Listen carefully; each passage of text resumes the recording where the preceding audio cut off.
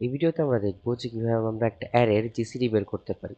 এখন অ্যারের জিসিডি বের করতে গেলে প্রথমে তো আমাকে এটা জানতে হবে যে জিসিডি কি জিনিস, তাই না? তোমরা কিন্তু অলরেডি এটা জানো যে জিসিডি কি জিনিস এবং তোমরা খুব সহজেই কিভাবে জিসিডি বের করতে হয় সেটাও কিন্তু তোমরা জানো।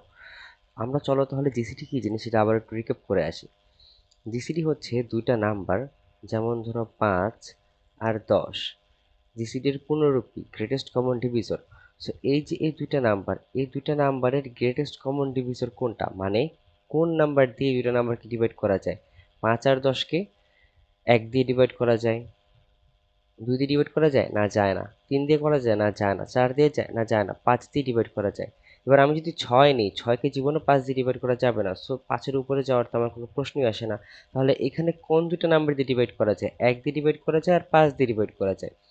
এখন তাহলে 5 দিয়ে যদি আমি ডিভাইড করি, তাহলে 5ই হচ্ছে আমার সর্বোচ্চ number, that means greatest common divisor 5 আর 10-এর জন্য, তাই না?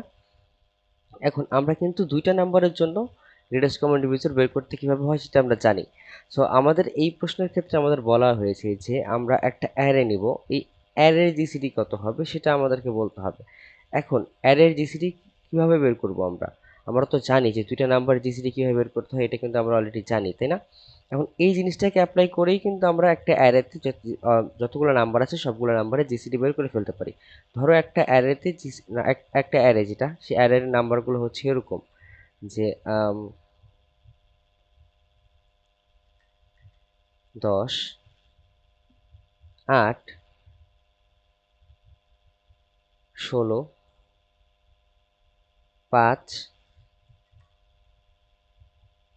13, 27। এখন এই অ্যারের জিসিডি আমাদেরকে বের করতে হবে। তো এই অ্যারের জিসিডি বের করাটা কিভাবে করতে পারি? আমরা তো দুইটা নাম্বারের জন্য বের করতে পারি, তাই না? তাহলে চলো আপাতত দুইটা নাম্বারকে নিয়েই কাজ করি। যেমন ধরো 10 আর 8, এই দুটো নাম্বার যদি আমি জিসিডি করি তাহলে আমি কি পাবো? দুটো নাম্বার জিসিডি করলে আমি পাবো 2।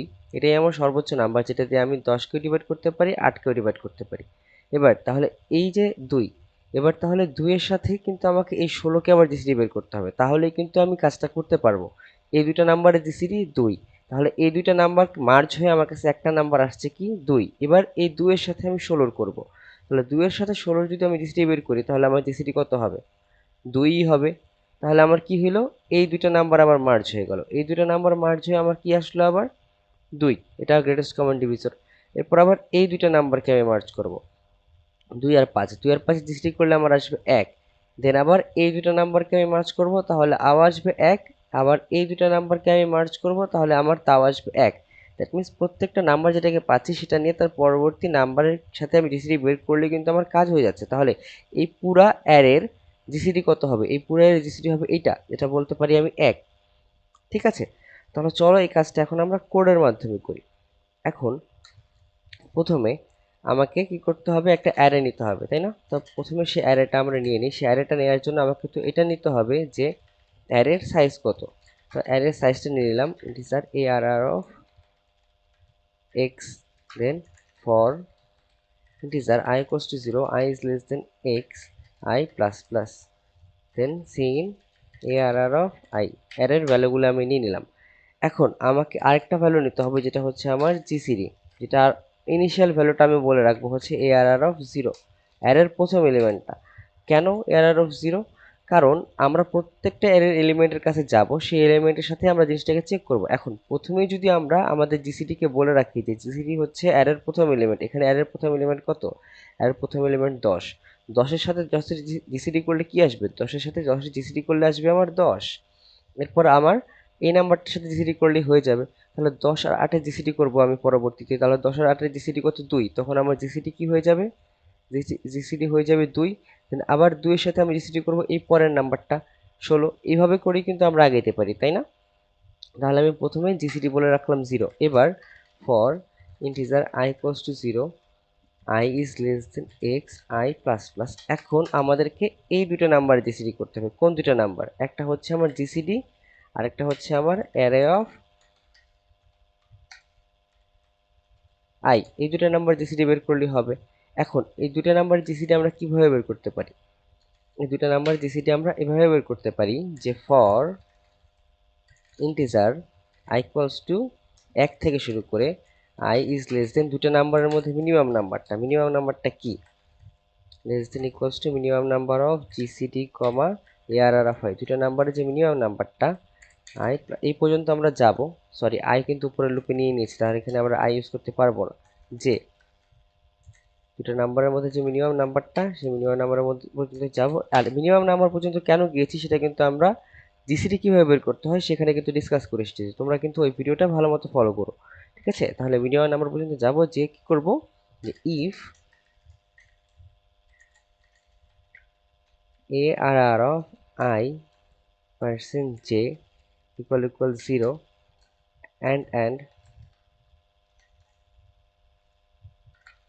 এ জিসিডি পার্সেন্ট জে ইকুয়াল যদি 0 হয়, তাহলে আমার অ্যান্সার যেটাকে আমি আসলে চেঞ্জ করব, এখানে আমাকে একটা টেম্পোরারি নিয়ে নিতে হবে, যেটা হচ্ছে আমার টেম্পোরারি অ্যান্সার নিয়ে নিলাম। তাহলে আর টেম্পোরারি অ্যান্সার শুরুতে আমি 1 বলে রাখতেই পারি, যেহেতু আমার একটা ইনিশিয়াল ভ্যালু 1 হতেই পারে। তাহলে টেম্প ইকুয়ালস টু বলবো হচ্ছে আমি জে।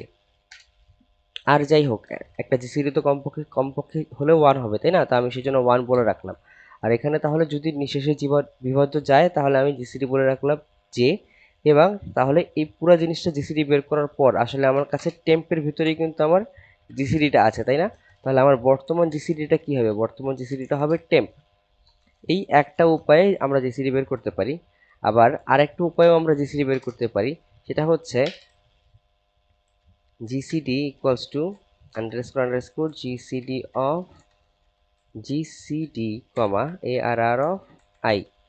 এটা হচ্ছে আমার সি প্লাস প্লাসের বিল্ট ইন ফাংশন, যেটা ইউজ করে আমরা খুব সহজে এক লাইনের মাধ্যমে জিসিডি বের করে ফেলতে পারি, ঠিক আছে?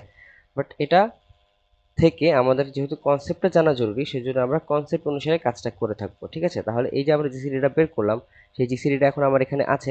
পরবর্তীতে আমি যখন অ্যারের অন্য ভ্যালুর কাছে যাব, সেই অ্যারের ওই ভ্যালুর সাথে আমি আবার জিসিডি বের করবো, জিসিডি বের করে সেটা আমি জিসিডিতে আবার রেখে দিব। তাহলে এখন যদি আমি এখানে জিসিডি প্রিন্ট করি, যে সি আউট জিসিডি, তাহলে আমরা আমাদের কাঙ্ক্ষিত রেজাল্ট এখানে পেয়ে যাওয়া উচিত। তাহলে চলো দেখি আমরা এই জিনিসটা পাই কিনা। এখন আমরা এখানে কি নিয়েছিলাম? অ্যারের ভ্যালুটা এইটা নিয়েছিলাম, তাই না? তাহলে এখন এটা আমরা এখন চেক করি যে আমরা আসলে জিনিসটা পাই কিনা। এখন এটা বের করতে গিয়ে এখানে খেয়াল করে দেখো তো, এটা কিন্তু আমাকে ভুল বলেছে। কেন? কারণ আমি এখানে বলেছিলাম টেম্প, বাট আমি এখানে লিখেছি টিএমপি। সো এটা একটা ভুল ছিল। সো এবার এটাকে আবার রান করি এবং এটা ঠিকমতো রান হয়েছে। এবার এটাকে আমরা চেক করি। সো আমার এখানে প্রথমে বলতে হবে অ্যারে সাইজ কত, 1 2 3 4 5 6।